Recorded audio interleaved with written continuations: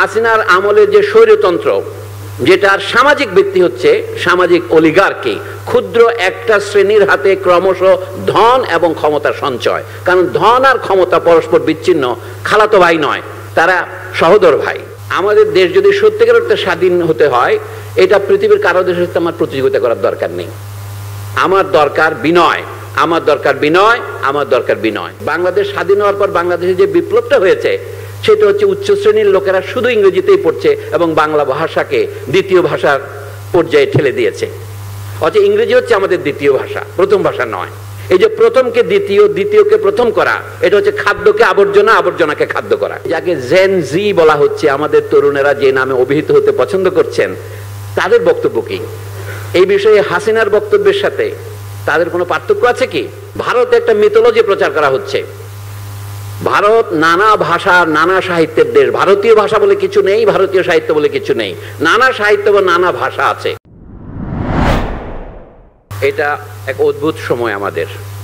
গত জুলাই আগস্টের আন্দোলনের পর আমাদের ছাত্রছাত্রীদের সাথে আমাদের এইভাবে বৈঠক হয়নি। আমাদের মধ্যে একটা ভয় কাজ করছে এখনো, যে কারণে বিশ্ববিদ্যালয় কর্তৃপক্ষ ছাত্রছাত্রীদের সাথে কিভাবে বসবে সেটা তারা ঠিক করতে পারছে না।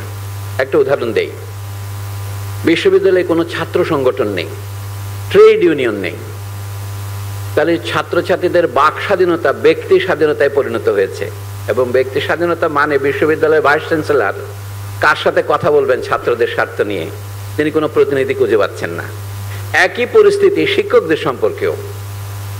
আমি এই জন্যই বলছি যে যখন আমরা বিপদের মুখে, যে সাংবাদিক সমাজ, আমাদের ছাত্রছাত্রীরাও সাংবাদিক, আমাদের শিক্ষকদের মধ্যে অনেকে আগে সাংবাদিক ছিলেন, এখন আছেন। কাজেই আমরা দুই পক্ষ নই, একাডেমিক অ্যান্ড জার্নালিস্ট, আমরা কিন্তু একই জায়গাতে দাঁড়িয়ে আছি।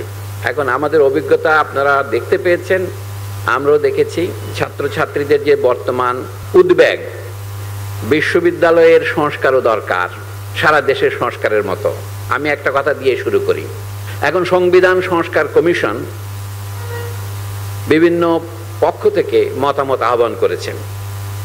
মতামতের সার কথা হচ্ছে, আমরা এখন একটা তর্কে লিপ্ত হয়েছি, সংবিধানকে পুনর্লিখন করতে হবে না নতুন করে লিখতে হবে, না পুরনো সংবিধান সংশোধন করতে হবে।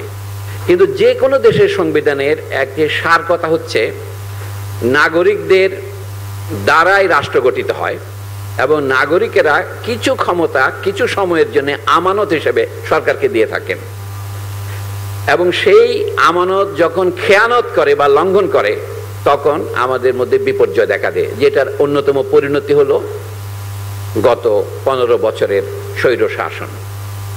আজকে সেই স্বৈর শাসনের কিছু অভিজ্ঞতা আপনারা আলোচনা করতে পারছেন। আমরা যে ছবিগুলো এখানে ঝুলিয়েছি ব্যানারের মধ্যে, সেটার মূল সার কথা ছিল যে সাংবাদিকদের অধিকার লঙ্ঘন করেছে এবং তাদেরকে যে নির্যাতন, হত্যা, কারাগারে নিক্ষেপ বিনা বিচারে এবং বিচার করেও শাস্তি দেওয়া, সেটার বিরুদ্ধে কোনো রকমের প্রতিকার আমরা দেখতে পাইনি। এই যে প্রতিকার দেখতে না পাওয়া, যারা হত্যা করেছে তাদের কাছে হত্যার দাবি করে যে কোনো কিছুই কাজ হয় না, তার পরিণতিতে আমাদের এই গণ অভ্যুত্থান সম্বলিত হয়েছে। কিন্তু দুর্ভাগ্যের বিষয়, আমাদের সাংবাদিকতা, আশা করি সাংবাদিক ভাইরা কিছু মনে করবেন না, এটা সম্পূর্ণভাবে পৃথিবীর সামনে তুলে ধরতে পারেননি। যে কারণে যেটাকে আপনার ন্যারেটিভ বলেন, সেটা এখনো এর উপরে আধিপত্য করছে আমাদের যারা এই অভ্যুত্থানের প্রতিপক্ষ, যারা এই দেশেও আছে, বিদেশেও আছেন, আমাদের প্রতিবেশী দেশেও আছেন, তারাই কিন্তু এর উপরে আধিপত্য করছেন। যে আমাদের কর্তব্য দাঁড়াবে এই আসল গল্পটি জনগণের সামনে তুলে ধরা। এটা আসল গল্প তুলে ধরার ক্ষেত্রে একটা বিপদ হচ্ছে, এখন যে হরে ধরে অনেকগুলো মামলা হচ্ছে, যে লোক এই দেশের অর্থনীতিকে ধ্বংস করার জন্য 17 কেন 34 বিলিয়ন ডলার বছরে নিয়ে যাওয়ার জন্য দায়ী, তাকে নারী কেলেঙ্কারির মামলা দেওয়া হচ্ছে। এবং যারা জনগণের অধিকার হরণ করে বহু মানুষকে খুন করেছেন, তাদের বিরুদ্ধে একটা তুচ্ছ মামলা দেওয়া হচ্ছে। এই জন্য বলছি, এইগুলি তুলে ধরা আমাদের নৈতিক কর্তব্য। আমি একটা উদাহরণ দিই, সাংবাদিকদের অধিকার নিয়ে আমরা কথা বলতে এসেছি এখানে। আমি সাংবাদিকদের কর্তব্য নিয়ে একটা কথা বলি। অনেক সময় মানুষ কথা কি বলছেন সেটা বুঝতে পারেন না। গতকালকে ইউনিভার্সিটি অফ এশিয়া প্যাসিফিকে একটা সেমিনার হয়েছিল। আলোচনার বিষয় ছিল একটি বই, ইউপিএল কর্তৃক প্রকাশিত। বইটির নাম হচ্ছে মনোজগতের উপনিবেশায়ন। ডিকলোনাইজিং দ্য মাইন্ড, নগুগি ওয়াথিউঙ্গর বইয়ের অনুবাদ। তো আলোচনা করতে গিয়ে 10-5 আলোচকের মধ্যে আমিও ছিলাম। আমি কথা বলেছি যে হাসিনার আমলে বাংলাদেশের শিক্ষা ব্যবস্থার ক্রমশ বিপর্যয় হয়েছে। এর সাথে আমরাও এখানে বিশ্ববিদ্যালয় শিক্ষার মাধ্যম ইংরেজি করেছি, এটা যেন সমানে চলেছে আগের ট্রেডিশন। এমনকি আমরা 3 বছরের বাচ্চার যে কেজি 1 কেজি 2 সেটা ইংরেজি মিডিয়ামে করেছি। আমি একটা সবিনয় প্রশ্ন জিজ্ঞাসা করেছিলাম আলোচনা ক্রমে। প্রশ্নটা হচ্ছে এই বিষয়ে যাকে জেন জি বলা হচ্ছে, আমাদের তরুণেরা যে নামে অভিহিত হতে পছন্দ করছেন, তাদের বক্তব্য কি? এই বিষয়ে হাসিনার বক্তব্যের সাথে তাদের কোনো পার্থক্য আছে কি? এই কথা বলে আমি বললাম, হাসিনা যে কিন্ডারগার্টেন 3 বছরের বাচ্চাদের স্কুলকেও বাংলাদেশে শুধুমাত্র ইংরেজিতে করার বিষয়ে সহায়তা করেছেন, সেই সত্যে কোনো সন্দেহ নেই, তাকে বাধা দেননি। এবং সেটা পর্যায়ক্রমে প্রাথমিক, মাধ্যমিক, উচ্চ মাধ্যমিক এবং উচ্চশিক্ষা পর্যন্ত বিস্তৃত হয়েছে। বাংলাদেশ স্বাধীন হওয়ার পর বাংলাদেশে যে বিপ্লবটা হয়েছে সেটা হচ্ছে উচ্চ শ্রেণীর লোকেরা শুধু ইংরেজিতেই পড়ছে এবং বাংলা ভাষাকে দ্বিতীয় ভাষার পর্যায়ে ঠেলে দিয়েছে। অথচ ইংরেজি হচ্ছে আমাদের দ্বিতীয় ভাষা, প্রথম ভাষা নয়। এই যে প্রথমকে দ্বিতীয়, দ্বিতীয়কে প্রথম করা, এটা হচ্ছে খাদ্যকে আবর্জনা, আবর্জনাকে খাদ্য করা। আপনার টেবিলের উপর যে খাদ্য আছে সেটা যদি মাটিতে ফেলে দেন তাহলে এটা আবর্জনায় পরিণত হয়। খাদ্যের কিন্তু কোনো রাসায়নিক গুণের এখনো পরিবর্তন হয়নি, শুধু পরিবেশের পরিবর্তন হয়েছে।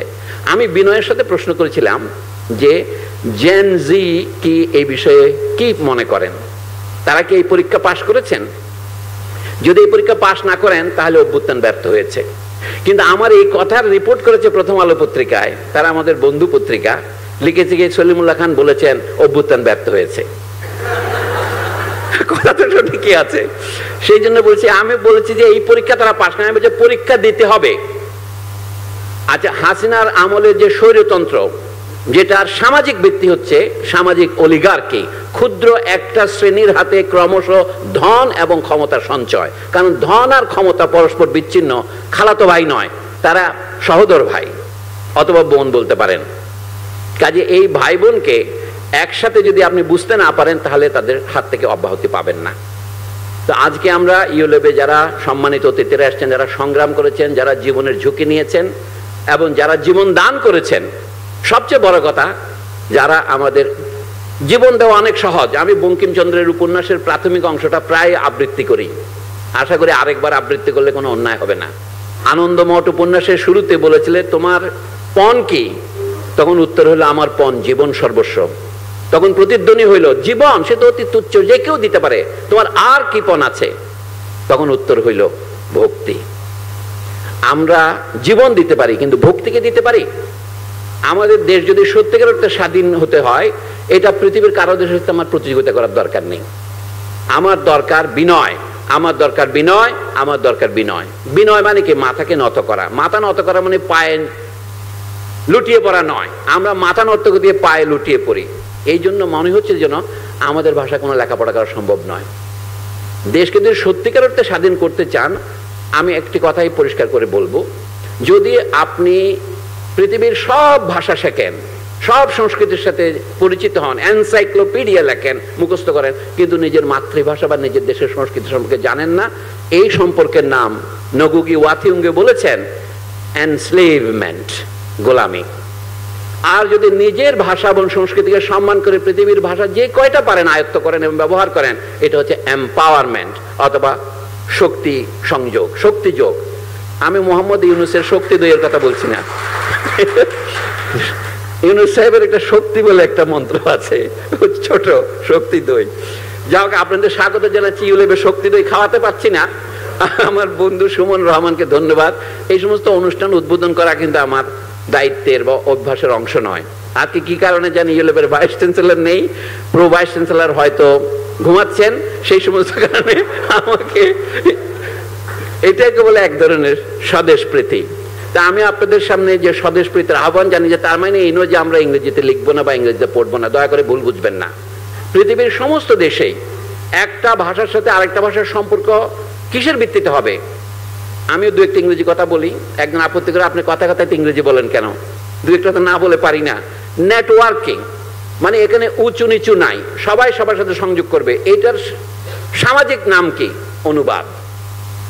আপনি বাংলায় লিখে যেমন ইংরেজি অনুবাদ করবেন, সবচেয়ে বড় কথা হচ্ছে বিদেশের জ্ঞান না হলে আমাদের জ্ঞান সাধনা ব্যর্থ হবে, এটা বিষয়ে কোনো সন্দেহ নেই। তাহলে সেটা কি করে নিজের দেশে আমরা পরিবেশন করব? সেটা সাংবাদিকতার ক্ষেত্রেও সত্য, আমাদের একাডেমিক ক্ষেত্রেও সত্য। আজকে আমি আমার কথা সীমিত রাখছি, সাংবাদিকদের সাথে একাডেমিকদের সম্পর্ক কি? আমাদের দেশে ধরেন দুটি জনপ্রিয় পত্রিকা, জনপ্রিয় বলবো নাকি এলিট প্রিয় পত্রিকা, একটা হচ্ছে প্রথম আলো আর একটা হচ্ছে ডেইলি স্টার, তারা একই পরিবারের। তাদের সার্কুলেশন কত? আমি কিন্তু বিজ্ঞাপনের জন্য বলছি না, আপনাদের বোঝার জন্য। সার্কুলেশন একটা আরেকটা 10 গুণ বেশি, 12-20 গুণ বেশি। তো বাংলা পত্রিকাটার যদি তাদের 5 লাখ চলে বা তারা দাবি করে 60 লাখ চলে, এত বলার দরকার নাই, কিন্তু ডেইলি স্টার চলে 25,000 30,000। এই পার্থক্য কেন? এখানে ইংরেজি পড়ুয়া সীমিত। ভারতে একটা মিথোলজি প্রচার করা হচ্ছে, ভারত নানা ভাষা নানা সাহিত্যের দেশ, ভারতীয় ভাষা বলে কিছু নেই, ভারতীয় সাহিত্য বলে কিছু নেই, নানা সাহিত্য বা নানা ভাষা আছে।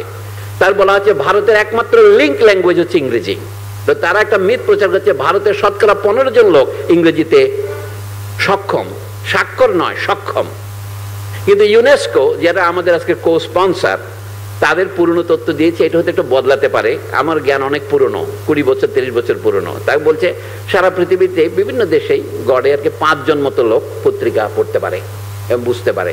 এটা হচ্ছে প্রকৃত সাক্ষরতার হার, ওই শতকরা 74 নয়। নাম দস্তখত করাটাকে যদি আপনি সংজ্ঞা হিসাবে নেন, অথবা 2200 কিলো ক্যালোরি খাইলে আপনার দারিদ্র বিমোচন হয়েছে মনে করেন, এটা কাকে? জনগণকে তুষ্ট করার জন্য। সাংবাদিকরা কি এই কাজগুলো সমালোচনা করতে পারে না? সাংবাদিক যদি রিপোর্ট করতে গিয়ে বলে অভ্যুত্থান ব্যর্থ হয়ে গেছে, এটা আমি বলে মিস রিপোর্টিং, এটার একটা প্রতিকার করা দরকার। একইভাবে কতগুলো জিনিস আমরা ডিস রিপোর্টিং করি, মানে উল্লেখই করি না। আর জানো তো মিস ইনফরমেশন ডিসইনফরমেশন থেকে নকল করে বললাম ডিস রিপোর্টিং।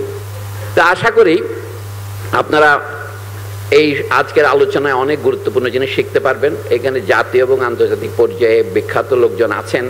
আমি তো এই যে তাসনিম, আশরাফ কায়সার, আরো অনেক আছে যাদের সাথে আমার ওয়াসিফ ফারুক আমরা আছি, আমি এদের বলতে পারেন অনুরক্ত বন্ধু। তো তাদেরকে আমন্ত্রণ জানাতে পেরে এবং আপনাদের সবাইকে আসতে বলতে পেরে আমি নিজেকে খুব বেশি একটা বিরাট কিছু মনে করছি। আশা করি আপনারা আজকে একটা সার্থক আলোচনা করতে পারবেন। ধন্যবাদ।